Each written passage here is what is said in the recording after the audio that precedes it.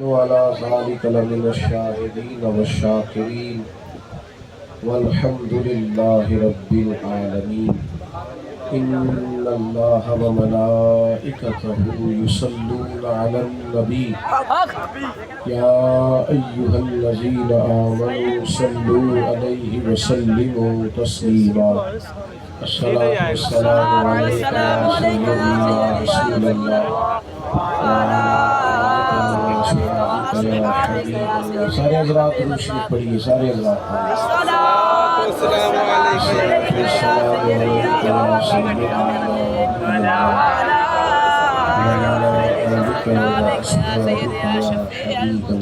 حمد و صلاۃ کے بعد انتہائی عزت و تکریم کے لائق نہایت ہی قابل احترام بزرگوں، میرے عزیز بھائیوں اور دوستوں، یہ خوبصورت محفل پاک جس کو محفل میلاد مصطفیٰ صلی اللہ تعالیٰ علیہ وسلم کا خوبصورت ٹائٹل دیا گیا ہے، اس عنوان سے اتنی بڑی تعداد میں مسلمان یہاں جمع ہے. اللہ تعالیٰ اخلاص کی دولت عطا فرمائے اور مالک کریم جذبوں کی نعمت عطا فرمائے. اللہ تعالیٰ ہم سب کو رسول رحمت علیہ السلام کے نام پر ہمیشہ جمع رکھے. دوستو، چند ایک گزارشات اس لحاظ سے کرنی ہے کہ یہ دینی اور روحانی اجتماع ہے. آپ موبائل فون ضرور استعمال کریں، لیکن توجہ میری بات پہ رہے اور کوشش فرمائیں کہ فون اتنا اونچا نہ کریں کہ آپ کے جو پیچھے بیٹھا ہے اسے دقت ہو. ان کی لائٹیں اگر بند رکھیں گے تو آپ کی مہربانی ہوگی. عزیز بھائیوں، دنیا کے اندر بہت سارے رشتے اللہ انسان کو عطا کرتا ہے. اس کے ماں باپ ہیں، بہن بھائی ہیں، بیوی بچے ہیں، لیکن ان سارے رشتوں کی لذت انسان کو اس وقت نصیب ہوتی ہے جب ان رشتوں کے اندر احساس بھی ہو. اگر کوئی آدمی بے حس ہو جائے، وہ کہے مجھے کیا لگے ماں سے باپ سے، مجھے کھانا ہے، پینا ہے، آنا ہے، جانا ہے، سفر کرنا ہے، اس کا لازمی نتیجہ یہ نکلتا ہے کہ وہ رشتہ بے سکون ہو جاتا ہے. جگہ جگہ ماں باپ بیچارے پریشان دکھائی دیتے ہیں کہ بچے احساس نہیں کرتے. زندگی میں ڈھونڈ کر دیکھ لیجئے گا، سب سے زیادہ تکلیف میں وہ خاتون ہوتی ہے جس کا شوہر اس کا احساس نہیں کرتا، خیال نہیں کرتا، بولتے ہوئے سوچتا نہیں. پڑوسی سب سے زیادہ وہ والے تکلیف میں ہوتے ہیں جن پڑوسیوں کو ایک دوسرے کا احساس نہیں ہوتا. کسی بھی رشتے میں جب احساس رخصت ہو جاتا ہے تو سارا حسن رخصت ہو جاتا ہے، اور جب رشتوں کے اندر احساس باقی رہتا ہے، ایک دوسرے کا خیال باقی رہتا ہے، تو پھر ساری خوبصورتیاں پیدا ہوتی ہیں. جب آپ کسی کا احساس کرتے ہیں تو اس کے لیے قربانی بھی دیتے ہیں. جب آپ کسی کا احساس کرتے ہیں تو لازمی طور پر اس شخص کی بات بھی مانتے ہیں، اس کی جائز مطالبے کو پورا بھی کرتے ہیں. جب آپ کسی کا احساس کرتے ہیں تو پھر کئی دفعہ انسان اپنا آرام چھوڑ کر بھی اس رشتے کے احساس کو نبھانا چاہتا ہے. تو کائنات کے اندر جتنے بھی رشتے ہیں، ایک لفظ بولا جاتا ہے توجہ. اللہ کرے آپ کی بھی میرے ساتھ توجہ ہو جائے. آمین تو کہہ دیں.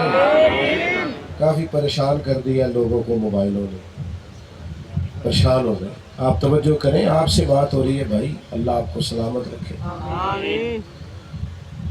توجہ ایک لفظ ہے، اس کو خالی لفظ نہ سمجھیں. میری طرف توجہ کریں، اسے جملہ نہ سمجھیں. اس پر کبھی غور کریں کہ آپ سارے پیسے دے رہے ہیں گھر میں، سارا خرچہ آپ کر رہے ہیں، جدوجہد کر رہے ہیں، ان کی ضروریات پوری کر رہے ہیں، پر ایک مطالبہ ہوتا ہے گھر کے اندر سے کہ آپ توجہ نہیں کر رہے. والدہ کہتی ہے تو خرچے دیتا ہے، اہلیہ کہتی ہے تو ساری چیزیں ضروریات پوری کرتا ہے، تو توجہ نہیں. یہ توجہ کیا ہے؟ اس کا معنی ہے کہ تو خیال نہیں کرتا، تو جان چھڑاتا ہے. ہاں کیا چاہیے یہ لے لو، لیکن تیری جو توجہ چاہیے، جو تیرا احساس چاہیے رشتے میں، وہ نصیب نہیں ہو پا رہا. یہ بڑی ایک اہم بات، جتنے بھی ہمارے دنیا کے اندر لوگوں سے تعلقات ہیں، میں اکثر آئمہ مساجد کے حقوق پر بات کرتا ہوں تو میں کہتا ہوں صرف قوم توجہ نہیں کر رہی. تعلیم اگر کم ہو رہی ہے سوسائٹی میں تو ہمارے اندر احساس نہیں کہ تعلیم کتنی ضروری ہے. جہاں بھی احساس آئے گا وہاں بہتری آ جائے گی. اب اسی احساس کو تھوڑا آگے لے جائیے. کائنات کے اندر ہمیں جس رشتے کو سب سے زیادہ حساس رکھنا ہے اور جس کا سب سے زیادہ احساس کرنا ہے وہ رسول پاک کا رشتہ ہے صلی اللہ تعالی. کیا فرمایا اللہ نے؟ فرمایا النبی اولیٰ بالمؤمنین من انفسہم. فرمایا یہ نبی کریم علیہ السلام مومنوں سے ان کی جانوں سے بھی زیادہ قریب ہے. آپ اس رشتے کے قرب کو ملاحظہ کریں. آج تک کوئی نہیں جان سکا کہ جان بندے کے کتنا قریب ہوتی ہے. جان جسم کے کتنا قریب ہے کوئی نہیں معلوم کر سکا، تو جو جان سے بھی زیادہ قریب ہے. فرمایا کہ محبوب پاک علیہ السلام کا تمہارے ساتھ رشتہ یہ ہے کہ وہ تمہاری جانوں سے بھی تمہارے زیادہ قریب ہے. اور ایک معنی یہ کیا علماء تفسیر نے کہ تمہاری جانوں سے بھی وہ تمہارے زیادہ مالک ہے. اس رشتے میں حساسیت ہو، احساس ہو. آپ کا جو رشتہ جتنا زیادہ حساس ہوتا ہے آپ ترجیحی بنیادوں پر اس کی بات بھی زیادہ مانتے ہیں. آپ تجربہ کر کے دیکھ لیں، جو بچہ زیادہ لاڈلا ہوتا ہے فرمائش سب سے پہلے اس کی پوری کی جاتی ہے. گھر میں شکوے ہو رہے ہوتے ہیں، اچھا جی یہ چھوٹا جو ہوا تو ٹھیک ہے نا جی. کئی دفعہ بیٹے کہہ رہے ہوتے ہیں ابا جی نے تو بس بیٹی کی بات ماننی ہوتی ہے. تو یہ لازمی نتیجہ ہے کہ جس رشتے سے آپ کی وابستگی زیادہ ہوتی ہے آپ اس کی بات بھی زیادہ مانتے ہیں. تو سچ بتاؤ نا، اگر سب سے زیادہ وابستگی مدینے والے محبوب کی ہے تو پھر سب سے زیادہ بات بھی تو حضور کی ماننی چاہیے. پھر یہ ہماری ذاتی رائے کہاں سے آ گئی بیچ میں؟ کسی اور کا کلچر کہاں سے آ گیا بیچ میں؟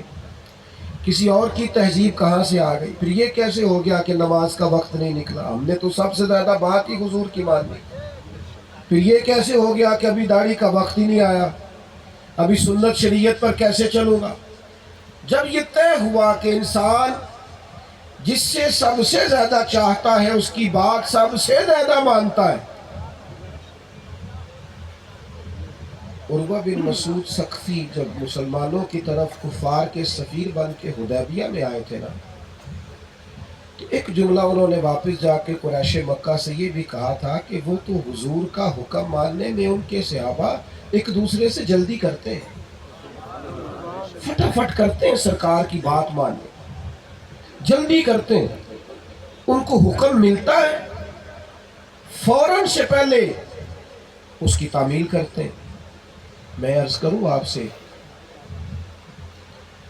دین صرف منانے کے لیے دنیا میں نہیں آیا، دین تو اپنانے کے لیے دنیا میں آیا. آپ اپنی کل زندگی کا مطالعہ کریں صبح سے شام تک. آپ اپنی ساری زندگی کو بنظر غائب دیکھیں اور پھر آپ اس پر غور کریں کہ آپ کس کس کا حکم مان رہے ہیں، کس کس کی بات سن رہے ہیں، اور پھر اس میں رسول اللہ صلی اللہ علیہ وسلم کی حکم کی بات کس مقام پہ آتی ہے. ساری دنیا چھوٹتی ہے تو چھوٹ جائے، سارے حکم ٹوٹتے ہیں تو ٹوٹ جائے. اللہ کے رسول کا حکم نہ چھوٹنا چاہیے، معاذ اللہ نہ ٹوٹنا چاہیے. سب سے پہلے بات ماننی ہے مدینے والے محبوب کی، اور اللہ رسول کی چونکہ بات ہی ایک ہے اس لیے حضور کی بات ہی اللہ کی بات ہے، اللہ کی بات ہی حضور کی بات.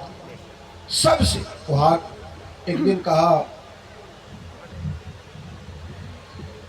ایک بڑا قیمتی ہیرا کہیں سے آ گیا محمود غزنوی کے پاس، تو محمود نے کہا کچھ لوگوں سے کہ اسے توڑ دو یار، پتھر لو ہتھوڑا لو توڑ ڈالو. ایک شخص کو بلایا ذرا اسے توڑنا، تو وہ سمجھانے لگ گیا محمود غزنوی کو. جس طرح آج کل ہم سارے سمجھدار نہیں، آپ جس کے پاس بیٹھیں گے وہ آپ کو سمجھانے لگے گا، حالانکہ سمجھانا آسان ہے اور سمجھ جانا. سارے سمجھا رہے ہیں پر سمجھنے کو کوئی تیار سب سمجھا رہے. محمود غزنوی نے کہا اسے توڑ دو. تو وہ آدمی سمجھانے لگا, کہنے لگا قیمتی ہیرا ہے اور اتنا قیمتی اور اتنا وزنی ہیرا دوسرا خزانے میں نہیں ہوگا, تڑوا کے آپ کو کیا ملے گا. محمود کہنے لگا تو بندہ سیاڑا ہے,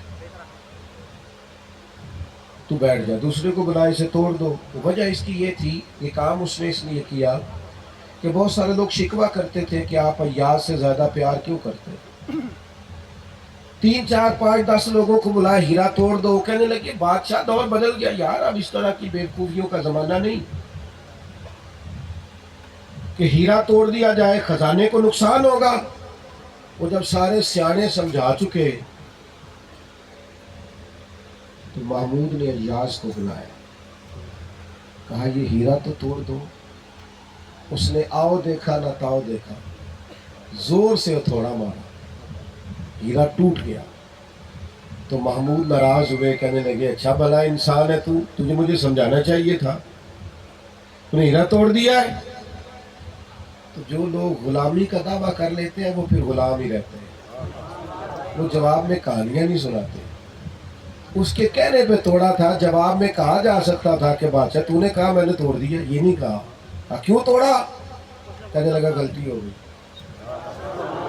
سانو قید سجن دا گہنا ہے, وہ جیل رکھے ایسا اونج رہنا ہے. کیوں توڑا؟ کا غلطی ہو گئی, بھول گیا, آئندہ نہیں کروں گا. تو محمود کہنے لگے یہ کیوں نہیں کہتا کہ آپ نے ہی تو کہا تھا. یہ نہیں فرمایا. ایک فرق یاد رکھیں زندگی میں, فرق. اللہ تعالیٰ نے جناب آدم کو بنایا ہی زمین کے لیے تھا, لیکن اللہ کی قدرت کے وہ تقدیر کے سارے معاملات غالب ہوئے. جناب آدم زمین پہ تشریف لائے, اس درخت کے پاس آپ چلے گئے, زمین پہ آئے. جب اللہ تبارک و تعالیٰ کی بارگاہ سے استفسار ہوا تو جناب آدم نے عاجزی کی, ربنا ظلمنا انفسنا, عاجزی پیش کی. اور وہ جسے دھتکارا گیا, جب اسے کہا نا یہ تو نے سجدہ کیوں نہیں کیا, تو ابا واستکبر وکان من الکافرین, آگے سے اکڑنے لگا, تکبر کرتا ہے, انکار کرتا ہے, تو کافروں میں سے ہو گیا. جناب آدم نے کوئی عذر نہیں پیش کیا, میں تو بنایا ہی زمین کے لیے گیا تھا, مجھے تو وسوسہ دیا گیا. رب کے بندے اللہ کی بارگاہ میں عاجزی پیش کریں. یہ مثال دی ہے سمجھانے کے لیے, یاد رکھو. یہاں ڈھیر سارے لوگ ہیں, حالانکہ انبیاء کا یہ جتنا معاملہ ہے سارا یہ تقدیر الہی ہے, حکمت الہی ہے. انبیاء معصوم ہے اور طے شدہ عقیدہ ہے کہ معصوم عن الخطا ہے, لیکن ہمارے لیے اسباق ہے. آج بہت سارے لوگ ہیں وہ کمزوری دکھا کے غلطی کر کے مانتے نہیں, ان سے آپ کہو تو وہ دلیلیں پیش کرتے. آپ کسی سے پوچھ لیں یہ کام کیوں کیا ہے, سوال ہی نہیں پیدا ہوتا, وہ مان جائے. یہ مزاج بندگی کے خلاف ہے. جو بندے ہوتے ہیں, جو غلام بے دام ہوتے ہیں, بلا مثال و بلا تشبیہ, صرف سمجھا رہا ہوں. محمود نے کہا کیوں کیا, تو کہا غلطی ہو گئی, بھول گیا تھا. محمود کہنے لگا چل یار ایک بات تو بتا, سب نے جو مجھے سمجھایا تھا ہیرا نہ توڑ, اور تجھے بھی سب کو پتا تھا قیمتی, اور پتا تجھے بھی تھا بڑا قیمتی, تو نے کیوں توڑ دیا؟ نوجوانوں اس بات کو کبھی بھولنا نہ.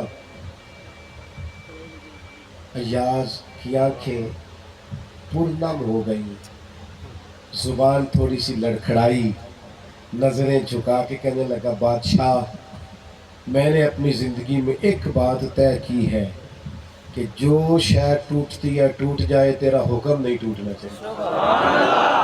طے کر, جو ٹوٹتا ہے ٹوٹ جائے, پر تیرا حکم کبھی نہ ٹوٹے. 1000 کے لشکر سے لڑانے کے لیے حضور نے صحابہ کو تیاری کرا دی. 313 لوگ, کوئی زرہیں نہیں, تلواریں نہیں, کچھ نہیں. کریم فرمانے لگے لڑنا ہے, کوئی عذر نہیں پیش کیا. حضرت مقداد نے اٹھ کے عرض کی یا رسول اللہ صرف زمین پہ لڑنا ہے, ہم تو سمندروں میں بھی لڑنے کو تیار. ایک صحابی کہنے لگے حضور انسانوں سے لڑنا ہے, ہم تو جنوں سے بھی لڑنے کو تیار ہیں. نبی کا حکم ہو تو کود جائے ہم سمندر میں, نبی کا حکم ہو, نبی کا اگر حکم ہو کود جائے ہم سمندر میں. اور اس جہاں کو محو کر دے نعرہ اللہ اکبر۔ حضور ایسا اللہ اکبر کا نعرہ لگائے کہ محو کر دے یہ زمانہ، کیونکہ جب کلمہ پڑھ لیا تو پھر ہیل و حجت کا کیا مطلب؟ جو شاید ٹوٹتی ہے ٹوٹ جائے۔ کہتا ہے میری برادری نہیں مانتی شریعت پہ عمل کروں، تو برادری کا کلمہ پڑھتا ہے؟ میرا بچے نہیں مانتے، کیا بات کرتے ہو صاحب؟ جس نے نہیں ماننا وہ نہ مانے، ہم نے بات ماننی ہے مدینے والے رسول کی۔ ہمارا سب سے حساس رشتہ نبی پاک کے ساتھ، سب سے حساس رشتہ حضور کے ساتھ۔ پھر دوسری بات، جس سے حساس رشتہ ہوتا ہے نا، بندہ ذکر بھی سب سے زیادہ اسی کا ہی کرتا ہے۔ اے جو کسی کا عاشق ہوئے گل اسے دی کرتا ہے، 100 مکر بہانے کر کے تے وہ دے مرنے مرد ہے۔ میں آپ کو ایک بات عرض کروں، جس دور میں میں اور آپ رہ رہے ہیں نا، اس دور میں نا کچھ لوگ ایسے ہیں بیچارے جن سے اپنا اپنی سنبھالا جاتا، بڑا اللہ نے نوازا ہوا ہے، لیکن بعض لوگ اللہ ماشاءاللہ میری طرح کہ ان سے اپنا سنبھالا نہیں جاتا، اپنی تعریفیں خود ہی کرتے رہتے ہیں۔ یہ میرا کارڈ ہے، میں یہ ہوتا ہوں، میں وہ ہوتا ہوں، جناب کی بڑی خدمات ہے۔ او بھائی، خوشبو بتایا نہیں کرتی، خوشبو تو آیا کرتی ہے۔ آپ کو بتانا پڑ رہا ہے، آپ اپنی تعریفیں کر رہے ہیں اپنے منہ سے، وہ بھی کہہ رہے ہیں جو آپ نے کیا نہیں۔ کچھ برادری کی تعریفیں کیے جا رہے ہیں، قبیلے کی تعریفیں کیے جا رہے ہیں، فلانے کی تعریفیں کی، یہ ساری تعریفیں تھکا دیتی ہیں بندے۔ کرو دنیا دار لیڈروں کی جتنی بھی تعریف کرنی ہے، معاذ اللہ تھکا دے گی تمہیں، نفسیات پر بوجھ ڈالے گی، اکتائے اکتائے پھرو گے۔ کوئی بھی سیاسی جماعت ہو، کوئی اس کا لیڈر ہو، کوئی بھی ہو، کسی بھی دنیا دار کی، مالدار کی، کسی بھی تعریف کرو گے اکتا جاؤ، طبیعت اچاٹ ہو جائے، لہجے یوں محسوس ہوں گے جیسے خوشامدی سے ہو گئے۔ ان سب سے رخ پھیر کے اگر تعریف کرو گے نا مدینے والے معبود، اگر حضور کی تعریف کرو گے نا، بعض چیزیں نا نظریہ ضرورت کے تحت اختیار کر لی جاتی ہیں کہ تو میں نے کام لینا تھا لہٰذا میں نے 2 باتیں کر دی۔ غیور لوگ بڑے غیور ہوتے ہیں۔ اعلیٰ حضرت بریلوی رحمۃ اللہ علیہ کا مدرسہ حجم کے لحاظ سے چھوٹا ہے، نظریے کے لحاظ سے بہت بڑا۔ فاضل بریلوی رحمۃ اللہ علیہ مدرسہ چلاتے تھے، میں ادارہ چلاتا ہوں، مجھے پتہ ہے یہ کتنا مشکل کام ہے، سینکڑوں بچوں کو لے کے چلنا، اور اگر آپ نے وقار کے ساتھ چلنا ہے کہ بار بار ہاتھ نہیں پھیلانا، یہ مشکل ترین کام ہے۔ اگر آپ کے پاس 700-800 طلباء ہیں اور 700-800 طلباء نہیں، وہ 700-800 مسائل بھی ساتھ ہیں ان کے، مشکل کام ہے۔ اس لیے لوگ یہ کام نہیں کرتے، یہ مشکل ہے، بہتر سمجھتے ہیں اس پر تنقید کرو گزر جاؤ۔ مدارس اسلامیہ آپ کے بچوں میں بردباری پیدا کرتے ہیں، تحمل پیدا کرتے ہیں۔ جب وہ دینی عقائد سے آگاہ ہوتے ہیں تو مقصد زندگی سے آگاہ ہوتے ہیں۔ اس لیے مدرسے کے طالب علموں کے ذہنوں میں بے چینیاں اور بے قراریاں اور الجھاؤ پیدا نہیں ہوتا۔ میں ذمہ داری سے عرض کر رہا ہوں، انہیں اللہ تعالیٰ انشراح صدر عطا کرتا۔ بہرحال یہ میرا عنوان نہیں، جو بات عرض کرنا چاہتا ہوں اس پر آتا ہوں۔ اعلیٰ حضرت مدرسہ چلانا مشکل ہے تو فاضل بریلوی سے کہا جناب آپ اچھے شاعر ہیں، بادشاہوں نے بندے رکھے ہوتے ہیں قصیدے لکھنے کے لیے، وہ قصیدے لکھتے ہیں تو بادشاہ انعام دیتے ہیں۔ آج کل تو خیر پیروں نے بھی بندے رکھے ہوئے ہیں تعریفیں کرانے کے، شیخ کامل، مرشد کامل، اور وہ فقیر آدمی ہے، ویسے کہتا ہے میں درویش ہوں، لیکن وہ سارا کچھ ہی کہہ گیا ہے اور یہ سر جھکا کے بیٹھا ہے۔ آپ فقیر ہیں، اپنی تعریفیں سن رہے الا ماشاء۔ یہ منظر کیسے کسی نے آپ کو بتا دیا؟ حضرت عمر جیسے لوگ کہہ گئے جو میرے سامنے میری تعریف کرے اس کے منہ میں خاک، تو مزاج بن گیا تھا۔ اور ہمارے دوست کون ہوتے ہیں بھلا جو ہماری خوشامد زیادہ کریں؟ ان سے بچنا چاہیے۔ ہمیشہ جو آپ کو سمجھائے، سلجھائے، آپ کو اچھے برے سے منع کرے، وہ آپ کا دوست ہے۔ اعلیٰ حضرت سے کہا گیا آپ نا تو چند شعر ایک نان پارا کا نواب ہے اس کی تعریف میں لکھ دے، کافی سارے پیسے دے دے گا مدرسے کو، مدرسہ بن جائے گا. دو چار شعر کیا دے. فاضل بریلوی کی زندگی کی غیرت یہ ہے کہ انہوں نے جب بھی کہی ہے مدینے والے کی نعت یا صحابہ کی منقبت کہی یا کسی ولی کی تعریف کی، کبھی کسی دنیا دار کی تعریف کا نان پارا کے نواب کے لیے دو شعر کہہ دے. پتہ نہیں لوگوں کی زبان کیسے گوارا کرتی ہے، خوش آمدید کرتے ہیں. ایک محفل میں میں چلا گیا تو مجھے رکا دے دیا انہوں نے، کہنے لگے اے مہمان خصوصی نے، انہاں دی صدارت ہے، انہاں دا خصوصی تعاون ہے، انہاں دا بھی نام لینا، انہاں دا بھی.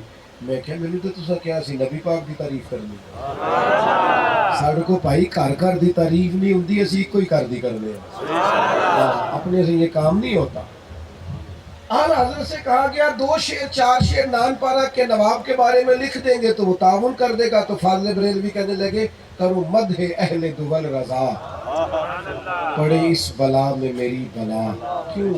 کیوں پڑے اس بلا میں میری بلا؟ وہ اس لیے پڑے کہ میں گدا ہوں اپنے کریم، میرا دین پارا نہ نہیں، میں رسول اللہ کا گدا ہوں.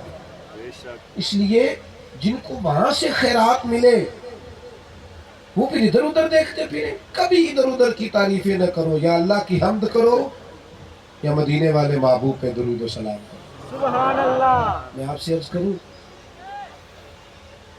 جلوتیں بڑی ہو گئی ہیں، اب ہمیں خلوتوں کی ضرورت ہے، تنہائیوں کی ضرورت ہے. کچھ وقت اکیلے میں ذکر ہو اور درود و سلام ہو اور خوبصورت کر کے درود پاک ہو. اور بندہ جب درود شریف پڑھتا ہے نا تو زبان میٹھی ہو جاتی ہے، لہجہ وضو والا ہو جاتا ہے. آپ یقین کریں، آپ درود پاک پڑھیں، آپ کو محسوس ہوگا کہ غصہ ویسے ہی طبیعت سے دور ہو گیا، طبیعت میں بردباری پیدا ہوتی ہے، حلیمی. صحابی آ کے عرض کرتے ہیں یا رسول اللہ صلی اللہ تعالی علیہ وسلم، اگر میں ضروری کاموں سے فرائض سے فارغ ہو کر جو میرے پاس نفل کے لیے وقت بچے تو میں اس کو 4 حصوں میں تقسیم کر کے چوتھا حصہ اگر درود پاک پڑھوں تو کیسا؟ حضور فرمانے لگے زیادہ کر لے برکت ہوگی. یا رسول اللہ 2 حصے پڑھوں تو فرمایا زیادہ کر لے خیر ہو. یا رسول اللہ 3 حصے پڑھوں، فرمایا زیادہ کر لے. کہا یا رسول اللہ سارا دن درود ہی پڑھوں تو فرمایا پھر کفایت کرے گا، دنیا بھی بنے گی آخرت بھی بنے گی. درود پاک اور حضور کا ذکر، نبی پاک کی تعریفیں، آپ نہ کچھ یاد کریں ایسی احادیث جس میں حضور سید عالم علیہ السلام کا ذکر پاک ہو. آپ وہ روایت یاد کریں حضرت حارث بن عبداللہ کی جس میں وہ فرماتے ہیں کہ اتنا مسکراتے کسی کو نہیں دیکھا جتنا مدینے والے حبیب مسکرائے.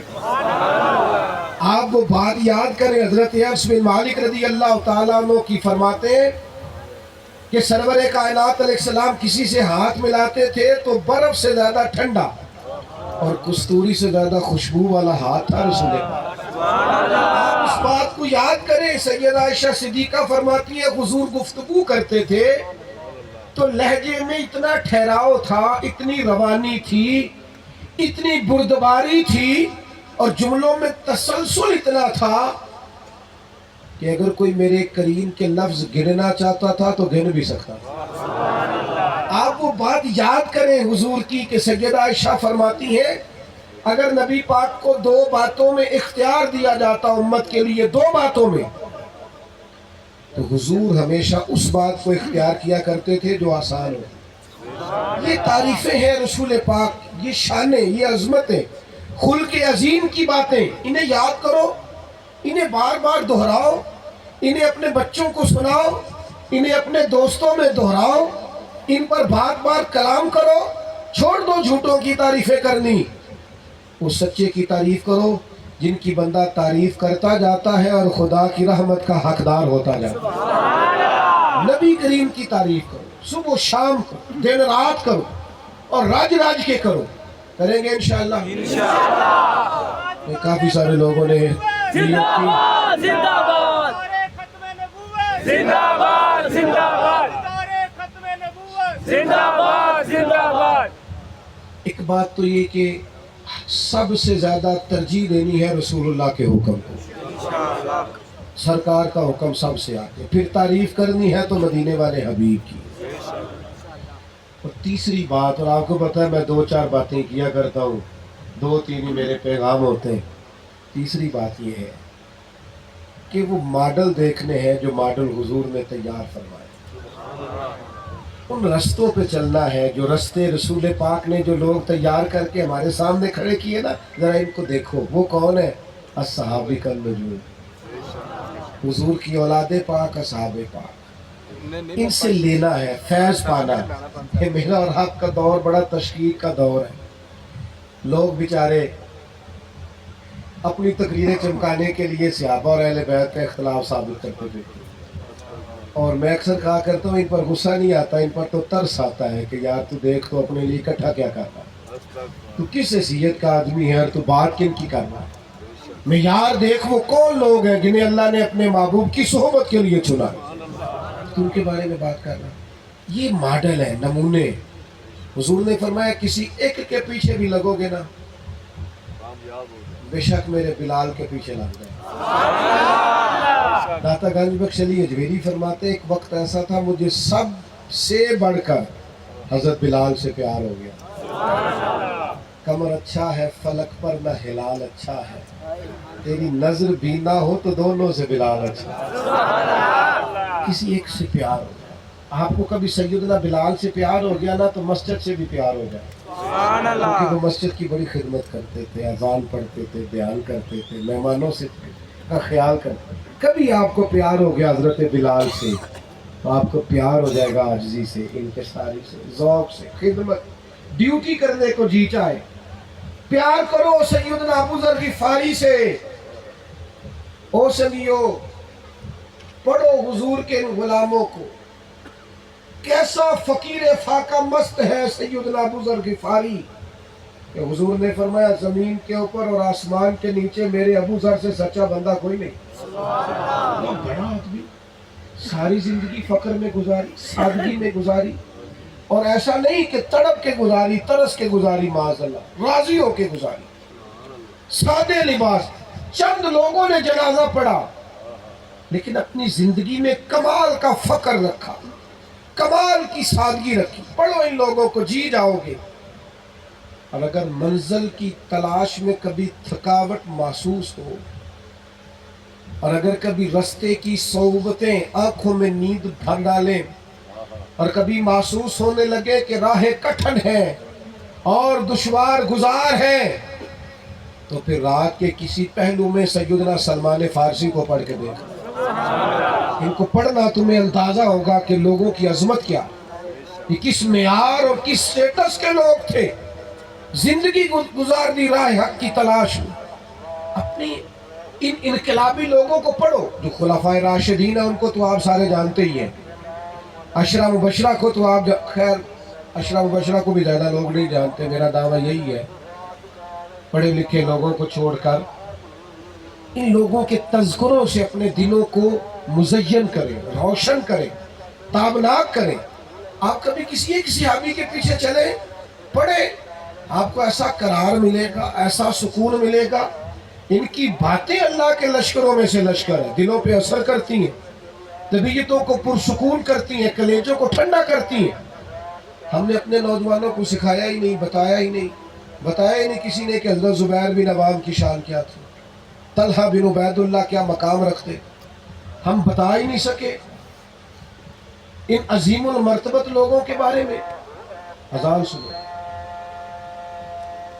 تذکار اپنی زندگی کے اندر آپ پڑھیں اور اپنے بچوں کو سکھائیں۔ چوتھی بات یہ کہ جس سے بندہ پیار کرتا ہے نا، اس کے لیے اہتمام بھی کرتا ہے، انتظام بھی کرتا ہے۔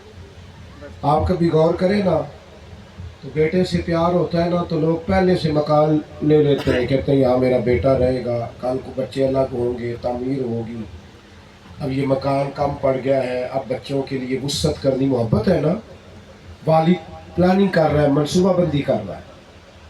آپ کو جس سے بھی پیار ہو جاتا ہے آپ اس کے لیے اچھا سوچتے ہیں، منصوبہ بندی کرتے ہیں، کچھ نہ کچھ کوشش کرتے ہیں کہ اسے آسانی دی جائے، اس کے لیے گنجائش پیدا کی جائے، اسے ہم کس طرح سے سکون دے سکتے ہیں بندوبست کیا جائے۔